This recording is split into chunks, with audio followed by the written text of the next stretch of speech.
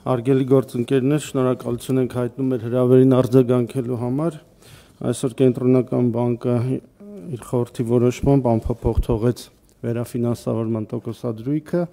6.75%-ի սահմաններում։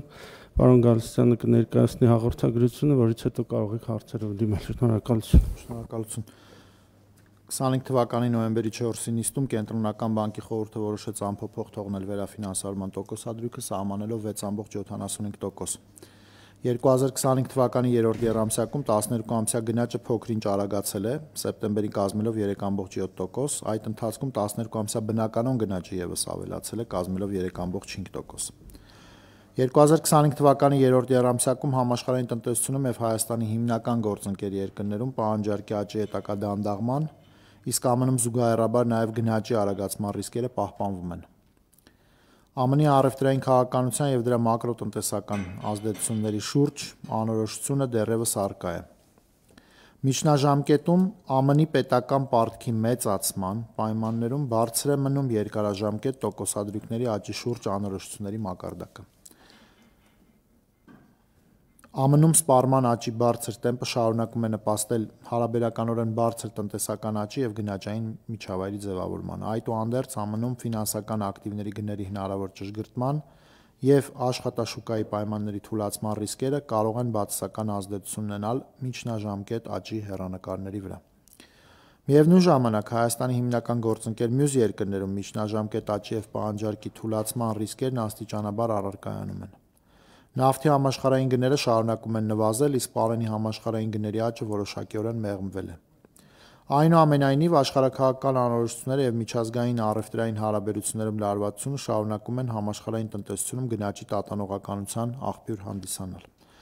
Այս համատեքստում, հաշվի առնելով մի կողմից թույլ պահանջարկի միջավայրի ձևավորման, իսկ մյուս կողմից բարձր գնաճային միջավայրի պահպանման ռիսկերը, հավանական է, որ առաջատար երկրների կենտրոնական բանկերն առաջիկայում հիմնականում կպահպանեն կամ աստիճանաբար կթուլացնեն դրամավարկային խիստ պայմանները։ 2025 թվականի 3-րդ եռամսյակում Հայաստանում տնտեսական ակտիվությունն ավելացել է։ Բարձր տնտեսական ակտիվությանը շարունակել է զգալիորեն նպաստել շինարարության եւ ծառայությունների ճյուղերի բարձր աճը, ինչպես նաեւ որոշ կարճաժամկետ ոչ կառուցվածքային գործոնների ազդեցությունը։ 2024 թվականի եւ 25 թվականի առաջին եռամսյակում արձանագրված դանդաղումից հետո 2025 թվականի 2-րդ եւ 3-րդ եռամսյակներում արձանագրվել է տեղական ապրանքների եւ ծառայությունների նկատմամբ արտաքին պահանջարկի աճ։ Միևնույն ժամանակ ներքին պահանջարկի հետագա միտումների վերաբերյալ անորոշությունները պահպանվում են։ Նման իրավիճակում պահանջարկի ազդեցությունը գնաճի վրա դեռևս գնահատվում է չեզոք, իսկ գնաճի ընթացիկ միտումներն առավելապես պայմանավորված են որոշ առաջարկի գործոններով։ Զուգահեռաբար աշխատավարձերի աճը, կոշտ գներով բնութագրվող ծառայությունների գնաճը եւ գնաճային սպասումները հիմնականում դրսևորվում են կայունացման միտումներ։ Միաժամանակ կարճաժամկետ եւ միջնաժամկետ հորիզոնում առկա են հարկաբյուջետային քաղաքականության կողմից ներքին պահանջարկի ընդլայնման ռիսկեր։ Մակրոտնտեսական ընթացիկ զարգացումների պայմաններում ՀՀ ֆինանսական շուկայի մասնակիցները ընդհանուր առմամբ ակնկալում են, որ Կենտրոնական բանկը միջնաժամկետ հորիզոնում աստիճանաբար կնվազեցնի քաղաքականության տոկոսադրույքը մինչև 6.25-ից 6.5%։ Քննարկված ռիսկերի եւ առկա անորոշությունների պայմաններում մի կողմից խորհուրդը դիտարկել է ատիպի սցենարներ, կապված հարկաբյուջետային քաղաքականության ազդեցությամբ համաշխարհային չեզոք տոկոսադրույքի, այստեղ ԱՄՆ-ի վերաբերյալ է խոսքը, համաշխարհային չեզոք տոկոսադրույքների հնարավոր աճի,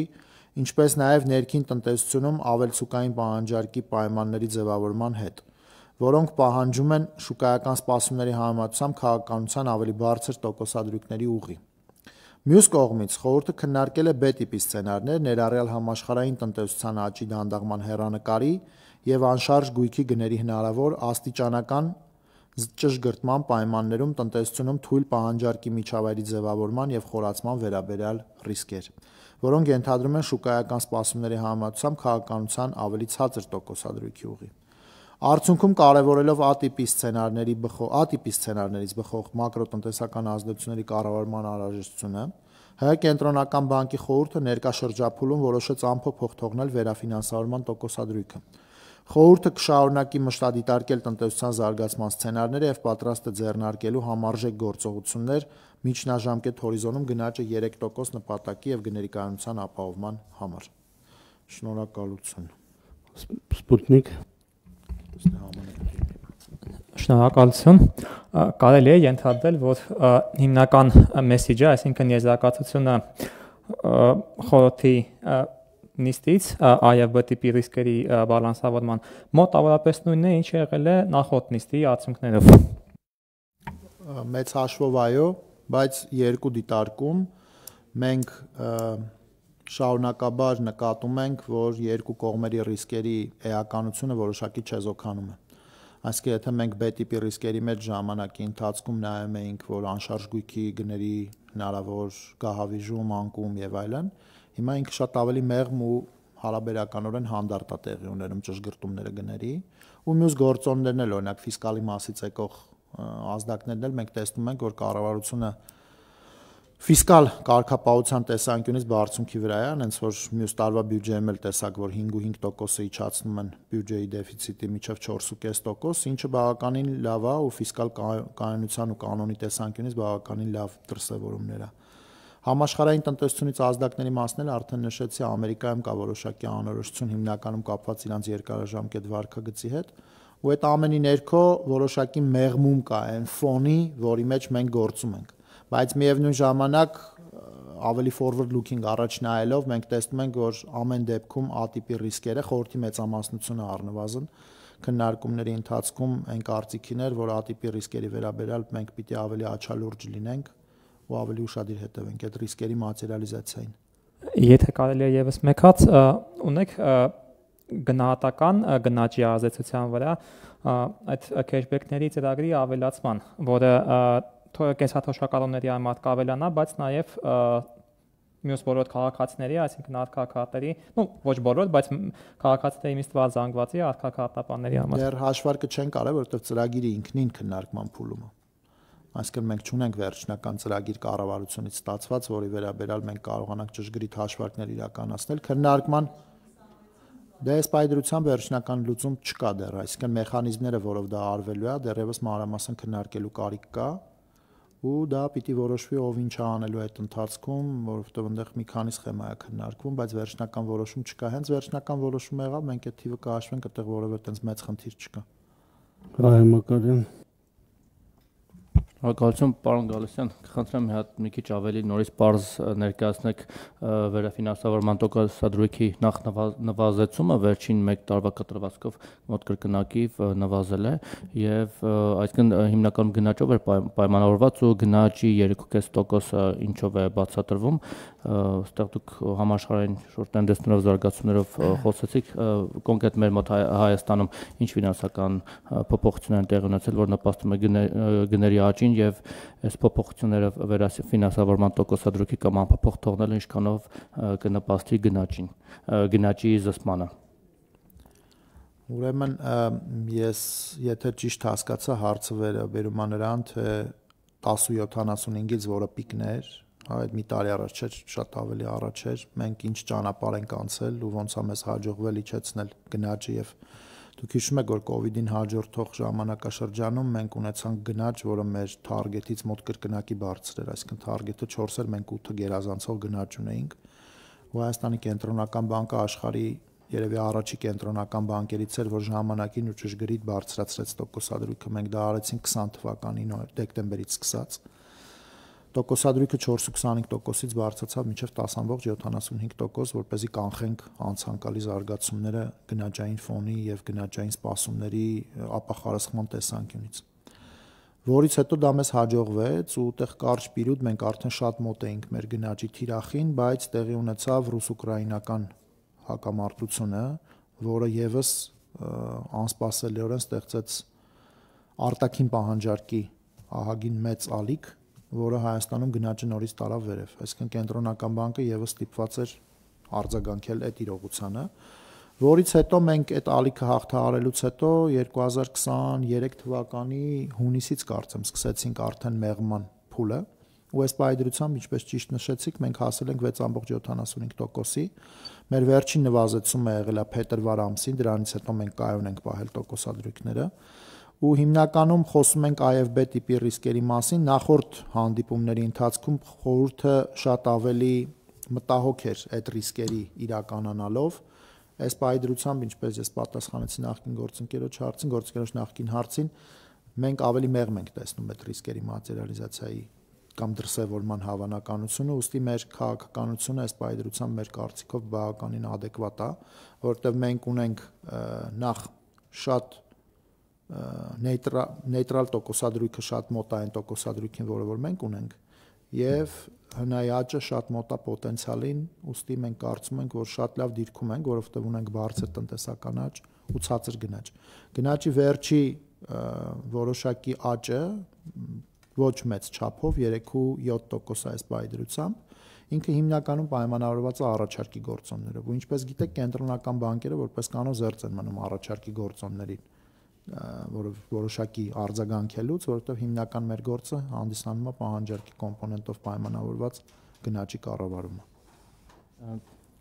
Իվանել Ես դուք նշել եք, որ 3% պետք է լինի նպատակը, նախորդիվ 4%-ից եք խոսում։ Միջնաժամկետ։ Սա էլ է միջնաժամկետ, այսինքն։ Այո։ Շատ լավ։ Համենայն դեպս այս հարցը իհարկե ամեն անգամ հնչում է, տեսեք մոտ կրկնակի իջեցումը վերաֆինանսավորման տոկոսադրույքի առասարակ բանկային քաղաքականության վրա ազդում է, թե չէ, որովհետև եթե այն ժամանակ դուք ասում եք այո 10.75 եք բարձրացրել եւ վարկերի տոկոսադրույքները նույն կերպ մնացել էին, բայց հիմա որ իջել է մոտ 80%-ով, եթե հաշվենք 6.75 ու դեռ նպատակ ունեք իջեցնել մինչև 6.25-ից 6.5, այս մասով էլի բանկային քաղաքականության վրա ազդում է, թե ոչ, որտեվ մի քանի օր առաջ էլի խոսակցություն եղավ հարևան երկրներից մեկում, կարծեմ, թե Ռուսաստանում էր, լավ չեմ հիշում, ասում են, որ այնտեղ մարժան շատ քիչ է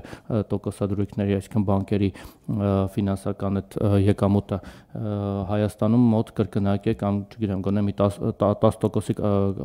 չափով է կազմում, այսինքն 10% տրամադրում են, վերցնում են ավանդ 9-10%-ով, 20, 21, 22, 23% միջև բարձրացնում են։ Հիմա այս առումով ինչ որ բան կշահեն քաղաքացիները, հատկապես սպառողական վարկերի մասով, որոնք ամենառիսկային են, թե ոչ։ Մի քանի դիտարկում։ Նախ մենք չենք ասում, որ տոկոսադրույքը կիջնի 6.25, 6.5, այդ ես կարդացի ու շուկայի կարծիքն է դա, շուկայի ակնկալիքը այն է, որ միջնաժամկետ հատվածում, հորիզոնում կենտրոնական բանկի տոկոսադրույքը կարող է իջնել այդ մակարդակին, մենք իմ նշած հանգամանքների բերումով համակարծիք չենք շուկայի հետ, այս պայդրությամբ այդ տեսանկյունի վերաբերյալ։ Մենք ավելի շատ գնահատում ենք, որ երկրում դեռևս որոշակի ատիպի ռիսկերի մատերիալիզացիայի հնարավորություն կա, ուստի ավելի ժուշկալ ենք ու ավելի ճիշտ ենք վարում մեր քաղաքականությունը, ըստ մեր գնահատականների։ Հիմա ինչ վերաբերում է վարկերի տոկոսադրույքներին, ձեր նշած սպառողական վարկերը ընդհանուր վարկերի ընդամենը 22%-ն են։ Այսինքն բոլոր մյուս վարկատեսակները իրենց բնույթով ոչ այդքան ռիսկային են, ոչ էլ այդ մեծ տոկոսներ ունեն, որի մասին դուք խոսում եք։ Մի բան, որ մենք հստակ այս հանդիպման ընթացքում արձանագրեցինք, որ մենք ժամանակին, երբ որ տոկոսները իջացնում էինք, դրան ամենաշատը արձագանքում էր մեր եկամտաբերության կորի, այսինքն պետական պարտքոմսերի եկամտաբերության կորի կարճաժամկետ հատվածը։ Այս անգամ մենք տեսնում ենք, որ ամառվանից սկսած, ամառվա վերջից սկսած, օգոստոսից սկսած, մենք տեսնում ենք, որ տեղի են ունենում իրադարձություններ, որոնք տարբեր կերպ է կարելի մեկնաբանել, մեր մեկնաբանությունն է, որ դա եւս մեր գործողությունների արդյունքում է, որտեղ մենք պարտադիր պաուստավորման նորմ ենք փոխել ու բանկերի համար ազատել ենք մոտարապես 180 միլիարդ ավելցուկ իրացվելիություն, որը կարող ուղղվի տարբեր նպատակների։ Դրա արդյունքում այդ եկամտաբերության կորի միջնաժամկետ ու երկարաժամկետ հատվածը մոտ 50-ից 60 բազիսային կետով նվազել է։ Հա, այսինքն հսկայական բան կա, էլի, այդտեղ անկում կա։ Ինչ վերաբերում է վարկերին, այդտեղ շահույթի մարժան բնականաբար այդքան մեծ չէ, 9%-ը դու պետք է նախ հասկանաս ինչին է էլի տրվում, օրինակ իրանք վերցնում են մի տարանոց դեպոզիտը 10%-ով, տալիս են 20 տարանոց վարկ, որը տալիս են 12-13%-ով հիպոթեկային վարկերը դրամով, կան սպառողական վարկեր, որոնք մինչև 20% կարան բարձր լինեն կախված հաճախորդի ռիսկայնությունից։ Մենք նայում ենք, որ միջին սպառողական վարկը 20%-ից ցածր է։ Այսինքն ինձ թվում է, որ այդ իրողության մեջ ենք։ Հարևան երկրներին նշեցիք, հարևան երկրների նկատմամբ դա էլ է շատ շահարկվում։ Ես Վրաստանի հետ եմ խոսել, Ռուսաստանի գոլեգաների հետ եմ խոսել, Ղազախստանի գոլեգաների հետ եմ խոսել։ Հայաստանում տոկոսադրույքները ավելի բարձր չեն, քան տարածաշրջանում։ Այդ կարևոր է շեշտել, որտեղ այդ անընդհատ շահարկվում է։ Ռուսաստանում կենտրոնական բանկի տոկոսադրույքը 16.5% է, որից բնականաբար գնում է նաև ավելալ վարկերի տոկոս եւ ուրիշ բաներ։ Վրաստանում մենք հիմա հետազոտություն ենք անում, այդ հետազոտությունը հետո եթե ձեզ էլ հետաքրքիր լինի կարանք ներկայացնենք։ Նախնական իմ տպավորությունն այն է, որ այնտեղ վարկերը սպառողական մոտ 30%-ի կարգի են։ Այսինքն այդ խոսակցությունը նաև իր տակ պետք է բովանդակային հիմք ունենա, որ մենք կարողանանք փաստերը համադրել։ Մենք շատ լավ էքսպերիմենտ ունենք հայկական ու վրացական բանկային համակարգում, ոնց որ ժամանակին Դարոն Աչեմօղլուներ չէ, նայեմ Հյուսիսային ու Հարավային Կորեան, որ նույն ազգի էր, որ մասնատում ես, ինչա տեղի ունենում։ Հիմա մեր երկու խոշոր բանկերը, համ Վրաստանում, համ Հայաստանում, երկրորդ խոշոր բանկերը, երկուսն էլ գտնվում են նույն խմբի տակ։ Այսինքն, եթե իրանք ինչ-որ բաներով իրարից տարբերվում են, ապա տարբերվում են երկրին սպეციფიկ ինչ-որ բաներով։ Ամերիկան եւ Bank of Georgia-ն, հա? Եթե դու նայում ես, իրանք գրեթե նույնն են, շատ մոտ են։ Ինչ-որ բաներով Bank of Georgia-ի տոկոսներն են բարձր, ինչ-որ բաներով երևի Ամերիկայի տոկոսներն, շահութաբերության Bank of Georgia-ն մի քիչ ավելի եւ այլ, շատ մոտ են իրար։ Այն պարագայում, որ Վրաստանի օրինակ վարկային ռեյտինգը ավելի բարձր է, քան Հայաստանինը։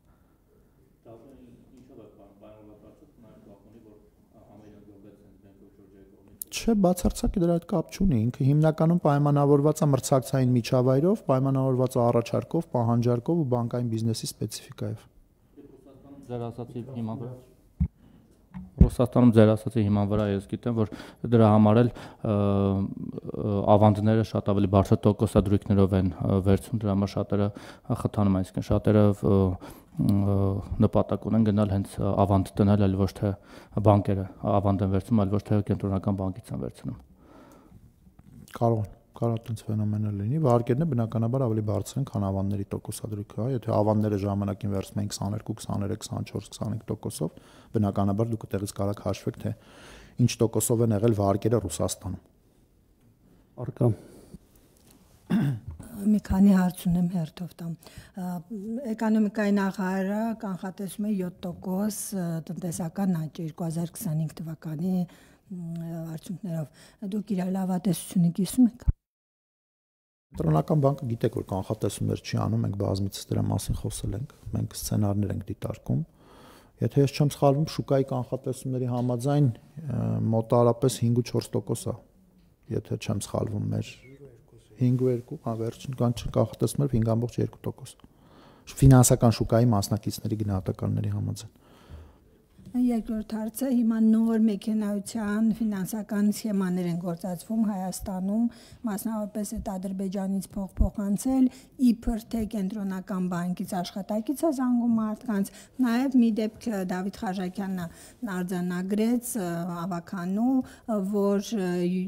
բանկից վարկ է ձևակերպվել ու բանկը տեղյակ էր, որ այդ մարդը չգիտի, բայց իրան ամեն դեպքում հորդորել են դիմի իրավապահներին։ Արդյոք կբեն ինչ-որ նոր միջոցառումներ է ձեռնարկում։ Մենք անընդհատ ենք միջոցառումներ ձեռնարկում, Յունի բանկի քեյսով եւ մյուս քեյսերով անընդհատ նայում ենք։ Խաչատյանի գրառումը ես տեսել եմ, ինչ մասն է, մեր վերահսկողական թիմը աշխատում է Յունի բանկի հետ սպայդրությամբ։ Հասկանում եք, մենք ունենք 7 տրիլիոնին հասնող համարյա վարկային պորտֆել։ 7 տրիլիոն։ Ու մենք խոսում ենք, հասկանում եմ, որ ամեն մի դեպք յուրահատուկ, բացառիկ, բարդ, ամեն մի ընտանիքի համար կարևոր բան, բայց 7 տրիլիոնի մեջ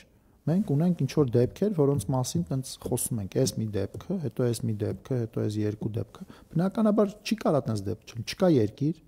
որտեղ որ ֆինանսական համակարգում, որը ունի բազմաթիվ ռիսկեր, չէ՞, համակարգի ներթափանցման եւ այլն, որը մենք փորձում ենք կառավարենք։ Բացառվում է տենց երկիր լինի, որտեղ այդ տիպի դեպքեր չլինեն։ Մեր նպատակը այն է, որ այդ դեպքերի քանակը հասցնենք նախ մինիմալի, երկրորդը փորձենք ինստիտուցիոնալ լուծումներ տանք։ Այսինքն բանկերում եթե մեկում տեսնում ենք, որ այդ դեպքը եղել է, ու այդ բանկը կարողացել է այդ լուծումը գտնի ու կանխարգելի կամ հետո արձագանքելով լուծի այդ խնդիրը, մյուսներին էլ նաև հասանելի լինի այդ լուծումները, որ պայքարեն։ Որտեղ այսօր ինձ օրինակ ցույց տվեցին մի հատ թուղթ, որտեղ կեղծել էին իմ տեղակալի ստորագրությունը։ Ռուսերենով, ինքը իհարկե այդպես ստորագրություն չունի, բայց անուն ազգանուն էին գրել ռուսերենով ու ինչ որ ռուսական ստորագրություն էին դրել ու դրել էին ինչ-որ սոցիալական ապահովության ինչ-որ հիմնադրամի կնիկ։ Այսինքն շնորհակալ եմ այս հարցը բարձրացնելու համար, իրոք, որովհետև մեր համար շատ կարևոր է, որ մեր քաղաքացիները ամեն անգամ այդ հիգիենայի պայմանները պահեն։ Զանգ է գալիս, եղեք կասկածամիտ այդ հարցով, մի վստահեք։ անջատեք, հետ զանգեք եւ այլն եւ այլն, այսինքն ինչ որ բաներ արեք, որպեսզի համոզված լինեք 100%, որ դիմացինը կամ ում է դուք խոսում եք, այդ այն մարդն է, ում է դուք ուզում եք խոսել։ Ինչ որ թուղթեր, որի վրա գրել էին ու ներկայացել էին որպես կենտրոնական բանկի աշխատող, ինչ որ զեղծարարություն անելու համար էլ։ Հանրային։ Ենթադրում եմ Հայաստանում է սարքվել։ Ենթադրում եմ, չեմ կարող հաստատել։ Կներեք, այդ դեպքում մի դեպք էլ ես նկարագրեմ առևտրային բնակչի բջջային հեռախոս են գողացել եւ հավելվածներով ձևակերպել վարկ եւ կա քննիչի արձանագրությունը, որ դա գողացված հեռախոսով է արվել, բայց բանկերը չեն ընդունում այդ փաստաթուղթը, պահանջում են դատարանի որոշում, իսկ մենք գիտենք դատարանին ժամկետում է որոշում կասում, այդ դեպքում ինչպես պետք է վարվի քաղաքացին։ Մենք նախորդ տալիքի ժամանակ, որը ես կարծում եմ մենք հաջողությամբ փորձեցինք մարել, որտեղ հիշում եք ինչ որ մի պահ բավականին հետաքրքիր լուծումներ գտանք, բայց այդ մարդիկ էլ չեն կանգնելու իրենց տեղում, չէ՞, այդ մարդիկ անընդհատ փորձելու են ավելի նորարար միջոցներով ինչ որ բաներ անել, ֆիզիկական հեռախոս են գողանում եւ այլն եւ այլն, այսինքն հարցը այն է, որ մենք այն ինչ որ տեղի ա ունեցել կամ տեղի սրանից X ժամանակ առաջ ֆիզիկական տիրույթում, օրինակ դուք ձեր տունը եկել են մտել են, կողպեկը ֆիզիկապես կոտրել են, մտել են ձեր տուն, թալանել են։ Ու երկրորդը մտնում են ձեր վիրտուալ տարածք, որը էլի իր մեջ բավականին մեծ ռիսկեր է պարունակում, որովհետև ձեր կյանքը հիմա ձեր վիրտուալ տարածքում է նաև, չէ՞։ Դրա համար այդ հիգիենայի պայմանները կարևոր են։ Բանկերի տեսանկյունից ես համոզված եմ, որ այդ անհատական кейսերում լուծումները կգտնվեն ու կգնանք առաջ։ Մեր խնդիրը այն է, որ նաև համակարգային կարողանանք այդ լուծել։ Որտեւ անհատական кейսերում մենք այդ դեպքերը մեծամասնությամբ լուծեցինք, անցանք, բանկերը ինչ որ զիջումներ արեցին, պայմանավորվածություններ ձեռք բերվեցին։ Էլի կարվի, բայց գաղափարը այն է, որ չհաստենք մի կետի, որտեղ այն բանում լինենք, ճամփաբաժանի վրա լինենք, որ մասշտաբը կամ մեծությունը կամ խնդրեմ այնքան խորը լինի, որ բանկերն չկարողանան այդ հարցը լուծել։ Որտեղ բանկերն մասնավոր բիզնես են, չէ՞։ Սպուտնիկ, կներեք Սպուտնիկ։ Շնորհակալություն։ Պարոն Գալստյան, ինչի վրա է հիմնված այն ենթադրությունը, որ անշարժ գույքի նկատմամբ պահանջած կա այդքան կտրուկ չի կարող է չիջնել, որքան որ նախկինում ենթադրվում էր։ Եվ ԱՄՆ-ի հետ կապված փաստորեն այդ դրամապատկային թույլատման միջոցները, որոնք ազդարարվել են վերջին մի քանի օրերին, դրանք եթե ճիշտ եմ հասկանում, որ կարճաժամկետ հորիզոնին են ավելի վերաբերում, քան երկարաժամկետին, այսինքն այդ դեկտեմբերի 1-ից այդ quantitative easing-ի սկիզբը հա եւ այդ տոկոսադրույքի կարճաժամկետ իջեցումը։ Եթե սկսեմ վերջին հարցից, էլի եթե ես չեմ սխալվում, իրանք բալանսը մաքրում են, այսինքն իրանք էլ բանից դուրս են գալիս, ծրագրից դուրս են գալիս դեկտեմբերով։ Ինչ վերաբերում է տոկոսադրույքին, իրանք տոկոսադրույքը 0.25-ով իջացրեցին, բայց Փաուելը նաև միաժամանակ նշեց, որ սա չի երաշխավորում, որ նույն քայլը լինելու է դեկտեմբերին։ Այդ կարևոր նյուանս է, որին պետք է ուշադիր լինենք։ Ամերիկայի Միացյալ Նահանգների խնդիրը մի քիչ ավելի երկարաժամկետ է, որտեղ եթե դուք նայում եք իրանց պարտքի մակարդակին, եթե դուք նայում եք իրանց բյուջեի դեֆիցիտին, այսինքն այդտեղ ակնհայտ կա ֆիսկալ անկայունության հնարավոր ռիսկեր։ Ու եթե հանկարծ այդ ռիսկերը ինչ որ մի պահի շուկայի կողմից գնահատվեն բարձր, այդ դեպքում մենք ունենալու ենք Ամերիկայում տոկոսադրույքների վերևի ուղղությամբ շարժ, որը աշխարհի բոլոր երկրների վրա գրեթե ազդելու է, որովհետև այդ տոկոսադրույքը, որ իրանք սահմանում են, risk-free բոլորի համար կարևոր է։ Այդ տեսանկյունից ես կարծում եմ, որ Ամերիկայի խնդիրները ոնց ասացի արդեն ավելի երկարաժամկետ տիրույթի հարցեր են ու մենք ավելի շատ դրանով ենք մտահոգված, քան այն ինչ որ տեղի կունենա։ Այդ նաև շուկայում դուք կարող եք տեսնել։ Չնայած տոկոսադրույքները վերջի երկու հանդիպման ընթացքում նվազեցվել են, բայց դուք 10 տարանոց բանի treasury եկամտաբերությունը նայեք։ Այսինքն այդ այն տոկոսադրույքն է, որը իր մեջ ներառում է ավելի երկարաժամկետ տեսլական տոկոսադրույքների ապագա շարժի վերաբերյալ։ Ու այդ տեսանկյունից մենք հենց այսօր նայում ենք, տոկոսադրույքները գրեթե չեն փոխվել 10 տարանոց բոնդերի Ամերիկայում։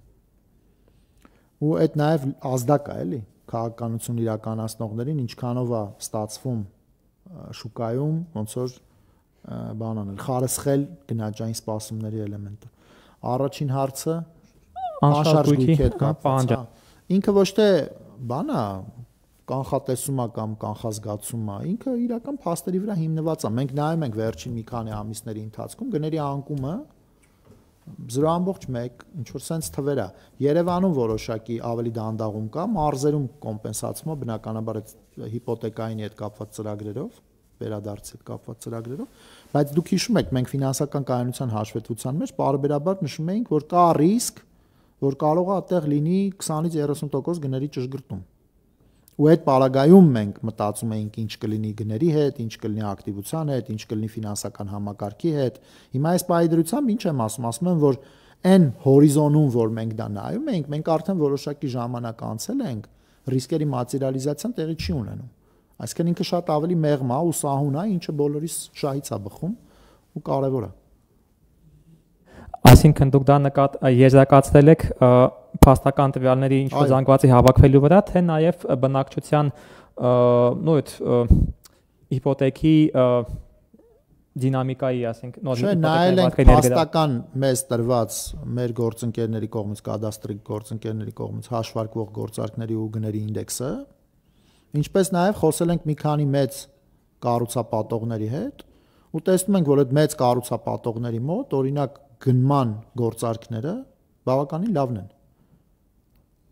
Այսինքն իրանք կարողանում են բնականon վաճառել, ինչը մեզ գոհացնում է։ Դանիել Լազատյանը վերջին ասուլիսին ասել է, որ առաջին կիսամյակի արդյունքներով 201 միլիարդ է եղել բանկային համակարգի եկամուտը։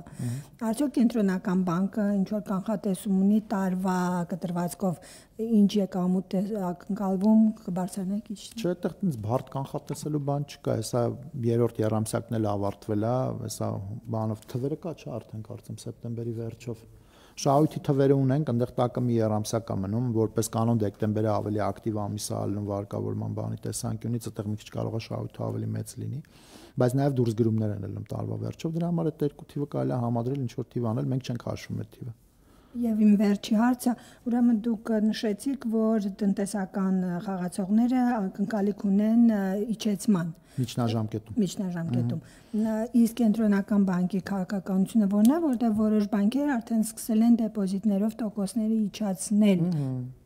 Դա նա ինչ որ Վայ Մակարյանը ուզում է, որ իջնեն դեպոզիտները, որի արդյունքում իջնի վարկերը։ Հասկացա, բա դեպոզիտներից ածանցվում են վարկերը։ Այսինքն մենք այսօր ու երեք ավելի շատ երկար խոսում էինք այդ փոխանցումային մեխանիզմի մասին։ Ես որ Վահեի հարցին պատասխանում էի, գաղափարը հետեւյալն էր, կենտրոնական, որովհետև կա բան, չէ, եկամտաբերության կորի տրամաբանություն, ամենակարճ փողը դա մի օրանոց փողն է, հետո գալիս է 7 օրանոց կենտրոնական բանկի ռեպո, հետո պետական պարտատոմսեր, միջև 1 տարանոց, հետո տենց ու հետո վարկեր ու մնացածը։ Հիմա մենք մեր ազդեցությունը կարճաժամկետ պետական պարտատոմսերի վրա հստակ տեսնում ենք։ Հիմա անցած անգամ ու այս անգամ մենք տեսնում ենք, որ եկամտաբերության կորի միջին ու բան հատվածն է, այսինքն պետական պարտքը էժանանում է պետության համար մեր արած գործողությունների արդյունքում, համ տոկոսադրույքի, համ պարտադիր պահոստավորման, համ եւ այլն։ Հիմա այդ կոնտեքստում, եթե բանկերը ակնկալում են, որ կենտրոնական բանկի կողմից խոստումը 3% գնաճ ապահովելու credible, այսինքն վստահելի խոստում է, ու իրանք հավատում են ու այդ թիվն են դնում իրանց հաշվարկների մեջ, չէ, տոկոսադրույքը, որովհետեւ ռիսկի կոմպոնենտ է։ Այդ պարագայում իրանք եթե իջացնում են տոկոսադրույքները, բնականաբար ավանդներին պիտի հաջորդի վարկերի տոկոսադրույքի իջացումը։ Մենք մի հատ կնայենք, կտեսնենք իրականում համատարածա թե ինչ որ կոնկրետ ակցիաներ են անում, թե ինչ են անում, բայց այդ լավ ֆենոմեն է, այսինքն փոխանցումային մեխանիզմը որոշակիորեն պիտի որ սկսի աշխատել։ Ճշտեմ, կենտրոնական բանկը, եթե չլինեն ֆորս մաժորներ, շոկային իրավիճակներ, հակված է իջեցնելու տոկոսադրույքը։ Կենտրոնական բանկը աշխատում է այսօրվա ռեժիմով, կենտրոնական բանկը ձեզ ասում է, որ կենտրոնական բանկը տեսնում է ատիպի ռիսկեր, ատիպի ռիսկերը նշանակում է, որ մենք մի քիչ ավելի ռիսկային ենք տեսնում միջավայրը, քան ֆինանսական համակարգն է մտածում։ Այն կետագծերից մենք դեղինի վրա ենք, իրանք կետագծերի վրա են, որի արդյունքում մեր ուղին տոկոսադրույքի որոշակիորեն տարբերվում է ֆինանսական շուկայի կանխատեսված ուղուց։ Պարոն Մակարյան, ուզում եմ հաջորդ ասուլիսին, որ հարցը տա միջած կլինեն տոկոսները, նույն հարցը։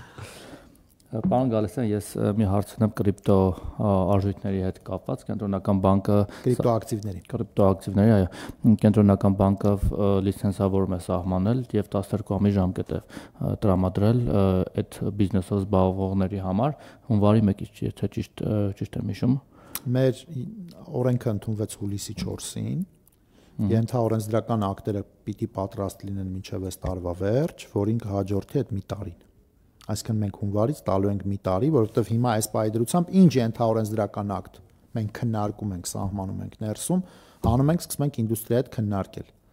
որպեսզի հունվարի 1-ից, երբ որ արդեն ամբողջական փաթեթը կլինի, լիցենզավորման կարգ եւ այլն եւ այլն, իրանք ավելի պատրաստ լինեն ու ժամանակ չկորցնեն, արագ լիցենզավորվեն, որպեսզի կարողանան տեղավորվեն այդ ժամանակի մեջ։ Հենց դա նկատի ունեմ, այսինքն հունվարի 1-ից սկսելու է ժամանակը հոսել։ Հիմա քանի որ այդ ապարատներ կան, այստեղ մեր կողքը օրինակ Piazza Grande-ում էլ կա տեղադրված այդպիսի ապարատ, որ կրիպտո այդ գումարները կարող են գնալ եւ ապարատով կանխիկացնել։ Հիմա եթե լիցենզավորվում են, ստացվում է, որ այդ ապարատները վերանալու են ամբողջությամբ, թե ինչ է լինելու։ Ես չգիտեմ այդ ապարատը ինչ ֆունկցիոնալ ունի։ Ես գիտեմ, որ կանխիկով իրականացվող գործառույթները կրիպտոյի համար օրենքով մեր ներքին գործերի նախարարության գործընկերների ներկայացված օրենքով իրանք արգելվում են, այսինքն կանխիկ պիտի անես, բայց չգիտեմ ձեր կոնկրետ նշած ապարատի ֆունկցիոնալը, եթե ինքը վերաբերում է կանխիկին, ապա բնականաբար ստացվում է ինչ որ դուք եք ասում։ Այսինքն իրանք պետք է փորձեն անկանխիկ գործառույթներ իրականացնել։ Հարցը դրա համար կիսատ հնչեց ուղղակի, այսինքն եթե արգելվելու է կանխիկ գործառույթները, օրենքով արդեն արգելված, այդ մենք չենք արգելել։ Օրենքը, որը ընդունվել է ազգային ժողովի կողմից, կանխիկ գործառույթների տրամաբանություն չի դնում կրիպտոակտիվների համար։ Հետևաբար ով է վերահսկելու եւ մենք ենք վերահսկելու, բայց ոչ կանխիկը, մենք վերահսկելու ենք ոնց որ բոլոր մյուս սուբյեկտներին, տենց էլ վերահսկելու են կրիպտոակտիվներով միջնորդություն իրականացնող անձանց։ Այդ ապարատ ինքնուրույնը էլի միջնորդություն իրականացնող ապարատ է, անց չէ, ապարատ է, բայց երկրի օրենքը ասում է, որ կանխիկով գործառնություն իրականացնել չի կարելի այդ տիպի ակտիվով։ Հետևաբար կարող են ենթադրել, որ այդ ապարատները վերանալու են, այսինքն դուրս են գալու ժանրությունից։ Եթե իրանք իրականացնում են միայն կանխիկի ֆունկցիա, ապա այո։ Իսկ եթե հարակից այլ ֆունկցիաներ էլ այդ կմնան հարակից ֆունկցիաները, կանխիկի ֆունկցիան կդադարեցվի։ Ենթադրում եմ, հա։ Ուղղակի ծանոթ չեմ այդ ապարատների հետ էլ։ Մեկ էլ էս կրիպտոն ինքը մեծ ռիսկեր ու ստվեր պարունակող ոլորտ է, ես դրա մեջ չկամ, ուղղակի ինչքան որ կողքից հասկանում եմ, չգիտեմ, օրինակ դուք կրիպտո արժույթ ունեք, չունեք, հետաքրքիր դուք ոնց եք վերաբերվում դրան։ Ես չունեմ, մերոնք օրինակ մի քանիսը բացել են շատ փոքր գումարով դրամապանակներ, որպեսզի լինեն գիտելիքի կորի վրա, այսինքն իրան գործառնություններ են անում, տեսնում են ինչ հնարավորություններ կա, ինչ ռիսկեր է ստեղծվում, որից հետո մենք ամբողջական հիմնականում խորհրդի գործադիրի կազմով քննարկում ենք։ Այսինքն գիտելիքի առումով ես դες կարամ ասեմ, որ կենտրոնական բանկում այս տարվա ու մի քիչ ավել այդ ընթացքում կուտակվել է բավականին մեծ գիտելիք այդ ոլորտի վերաբերյալ, ու ես կարծում եմ, որ այդ գիտելիքը մեզ կօգնի շատ խելամիտ կարգավորումներ ունենալ։ Ու ինչ են հասկացել եւ ձերոնք օրինակ ձեր գործընկերները որ բացել են արդյոք նաեւ չեն գայթակղվել որ այդ կրիպտոյով գումար վաստակել օրինակ հեշտ լավ արդյունավետ ճանապարհ է եւ թե իրենք ավելի շատ ոնց որ հետազոտական իրանք բացառապես անում են հետազոտական նպատակներով, այսինքն կենտրոնական բանկի աշխատակիցները նրա համար չեն բանանում որ փող աշխատեն դրա վրա, որտեվ ցանկացած փող իր հետ ռիսկեր էլ է ասոցացվում ու մեզ նաև չի կարելի այդպես բաներ անել այդ նպատակներով, էլի մենք անում ենք ու հենց նպատակը այն է, որպեսզի հետազոտական իմաստով հասկանանք, թե ինչա տեղի ունենում այդ շուկայում խաղացողներ, գործիքներ, որպեսզի ավելի լավ տեղեկացված լինենք։ Այդ դեպքում ճիշտ եմ պարոն Գալստյան, հիմա այդ ձեր հետազոտությունները ինչ են ցույց տալիս Հայաստանում կրիպտոյի միջոցով ստվերի ինչ ծավալի շրջանառություն կա ունեք հետազոտություն ցավոք չունենք կամ ցավոք կամ չգիտեմ բարեբախտաբար չունենք, որովհետև մենք դրա ինֆորմացիան չունենք այս պայդրությամբ։ Ինքը հնարավոր է ունենալ, եթե մենք ունեցանք, չէ, ստվերը շատ դժվար կլինի հասկանալ, որովհետև այնտեղ տարբերակներ կա, որ ինքը ոչ ոնց որ ասեք թմրանյութերի շրջանառության վերաբերյալ ինչ որ գնահատական կամ բան, այդ կարա նաև ասոցիատիվ ինչ որ բաներ ունենա, իր այդ կարա ունենա, կարա չունենա, բայց այնուամենայնիվ մենք կտեսնենք այն մասը տնտեսության, կրիպտոակտիվներով միջնորդության իրականացման այն մասը, որը գալու է մեր դաշտ, լիցենզավորվելու է, հաշվետվությունները ներկայացվելու եւ այլն եւ այլն։ Դրանից ֆինանսական մուտքեր հարկային ավելացում հարկեր կգեր դա։ Այո, ես գիտեմ, որ հարկայինը դրանից հետո պիտի հարկային որոշակի բաներ սահմանի այդ ակտիվների նկատմամբ։ Սպուտնիկ։ Ներողություն, իմ հարցի կրկնությունը, բայց արդեն առողջության համընդհանուր ապահովության հետ կապված, այստեղ ունեք գնահատական հետ էլի գնաճի հետ կապված, քանի որ ենթադրվում է, որ դիմելիությունը բժշկական ծառայություններին աճելու է հաստատապես միջնաժամկետում, իսկ հնարավոր է նաև երկրորդ տարի, որովհետև երկրորդ տարի մտնում են համակարգի մեջ կենսաթոշակային տարիքի անձինք, որոնք ավանդաբար ունեցել են ցածր դիմելիություն։ Այս պայծրությամբ ոչ, չունենք։ Հա, իրականում հայք ասում եմ, հուշում եմ, որ առողջապահական ծառայությունների կշիռը գնաճի ընդհանուր բանի մեջ շատ փոքր է, բայց այնուամենայնիվ մենք մի հատ կնայենք, կհասկանանք ինչ ատեղ լինելու։ Խնդրեմ։ Եթե կարելի է, այստեղ տեսեք, իրականում մակրո իմաստով բյուջեի կամ հարկաբյուջետային քաղաքականության ազդեցությունը, հա, տնտեսության վրա եւ գնաճի վրա, եթե նայենք, որովհետեւ տարբեր, հա, կարող է մի ծախսային հոդվածով կամ ուղղությունով աճ լինի, մեկով մի քիչ նվազում եւ այլն, բայց որպեսզի առանձին ինչ-որ տես բաներ չնայենք, ինքը ընդհանուր գնաճի վրա ազդեցության իմաստով 26 թվականի բյուջեն կգնահատվում է չեզոք, նույնիսկ փոքր զսպող, որտեղ կոնսոլիդացիայի փուլ են մտնում էլի արդեն բյուջեում։ Համաձայն։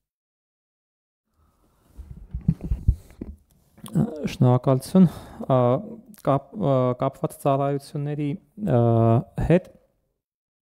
փաստացի ցուցանիշները ծառայությունների գնաճի, այո, ծառայությունների գնաճի, հենց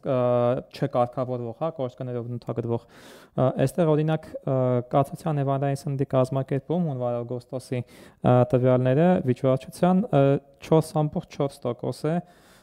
նույն կրթություն 3.3%, նույն առողջապահությունը մի փոքր ավելի բարձր, բայց էլի շատ բարձր չի, 8.8%, բայց այն ծառայությունների ճյուղը, որ մենք սովորաբար ասոցացնում ենք բարձր պահանջարկի հետ կամ պահանջարկից բխող գնաճն է, թե ակտիվության ցուցանիշն է։ Ոնց որ 10 եք մեկնարկում, ոչ թե գնաճը։ Հա, այո։ Շնորհակալ։ Բայց գնաճն էլ կարելի է մտնել նայել, բայց ինքը էլի շատ բարձր չէր, այսինքն կացեմ նույնիսկ միջին գնաճից ինքը էապես բարձր չէր։ 2%-ի շուրջ է կայունանում ծառայությունների գնաճը մեզ մոտ, ինչը բավականին լավ ցուցանիշ է, որովհետև եթե դու պատկերացնես մտովի փորձես ինչ որ վարժություն անես, ասես գնաճի զամբյուղի մեջ, այն դիտարկող զամբյուղի մեջ, որ կոմպոնենտն է, որ ամենակայունն է ու ամենաշատն է արձագանքում պահանջարկով պայմանավորված երևույթներին, այդ հենց կլինեն ծառայությունները։ Ու այդ պարագայում եթե մենք տեսնում ենք, որ ծառայությունների գնաճը 2 է, այդտեղից կարելի է նաև եզրակացնել, որ տատանողական մասը վերև ներքև հիմնականում պայմանավորված է սեզոնային առաջարկով պայմանավորվող բաներով, որի վերաբերյալ մենք կարող ենք ավելի հանգիստ լինել, քան եթե օրինակ գնաճը գար պահանջարկից։ Բայց տուրիստական սեզոնի ժամանակ էլ ինքը էլի որքան հիշում եմ, էլի կարելի է նայել, բայց որքան հիշում եմ միջինից եւս բարձր չէր։ Նույնիսկ չէ, մենք հիշում եք ժամանակին մեր մտավախությունը, այս դահլիճում, որ մենք խոսում ենք, երբ որ գնաճը բարձր էր։ Բացի որ մենք բարձր գնաճ ունեինք, մեր հիմնական մտավախությունը նրանում էր կայանում, որ քանի որ այն տիպի ծառայությունները, որ երբեք չեն աճում Հայաստանում, որպես կանոն կայուն են, այդ ծառայություններն էին սկսել արդեն թանկանալ, վարսավիրական ծառայություններ, չգիտեմ, վերանորոգման ծառայություններ, այդ կոմպոնենտները մեր համար շատ ավելի զգայուն էին։ Ու մենք այդ էինք ըստ էության դիտարկում։ Մանայեք այդ կապույտը 2022-23 թվականներին ինչքան ավելի մեծ կշիռ ուներ ընդհանուր գնաճի մեջ, ու հիմա ինչ կշիռ ունի։ Այդ բավականին լավ արդյունք է, այսինքն մեր քաղաքականությունը տեղ է հասել։